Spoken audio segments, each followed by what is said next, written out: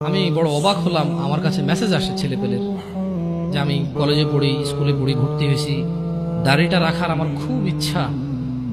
আমি, কেউ বলে হুজুরদের, কেউ বলে আলেমদের, কেউ বলে শেখদের, যে যার মতো করে বলতে পারে, বলে যে আমি ওয়াজ মাহফিল কিছু লেকচার শুনি, দাড়ি রাখার এত প্রবল ইচ্ছা, আমার এত শখ, আমি দাড়ি কাটবো না।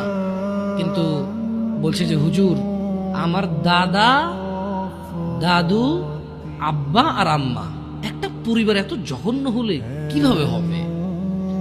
একজন দুজন না হয়, দাদা, বাপ, দাদা, দাদি, মা, মানে এগুলো কি?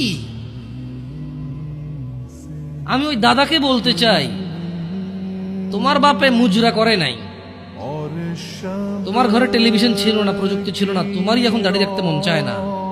তুমি তোমার নাতিকে আর ছেলেকে যে দাড়ি রাখতে দিচ্ছ না, পর্দা করাচ্ছ না মেয়েদেরকে, তো যাদেরকে রেখে পৃথিবীতে চলে যাবো, ওরা তো ন্যাংটা হাঁটবে গো, ন্যাংটা হাঁটবে ওরা।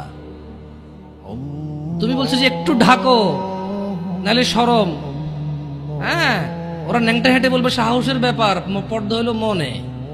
তুমি বলতেছো যে পর্দা হাত পা সব ঢেকে চলাকে বলে না, মনের পর্দা।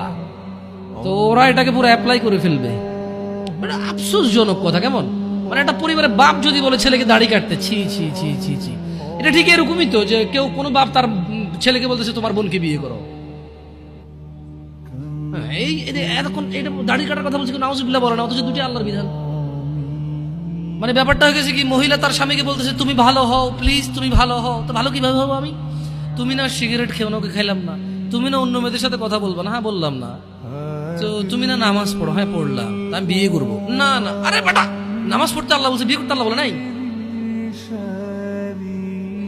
বিধান দুটো কি দুজনে দিছে নাকি? না না, আমি ইনফ্লুয়েন্স করতেছি না, আমি নিজেই একটা করছি, আলহামদুলিল্লাহ। কঠিন রে, কঠিন, খুব কঠিন।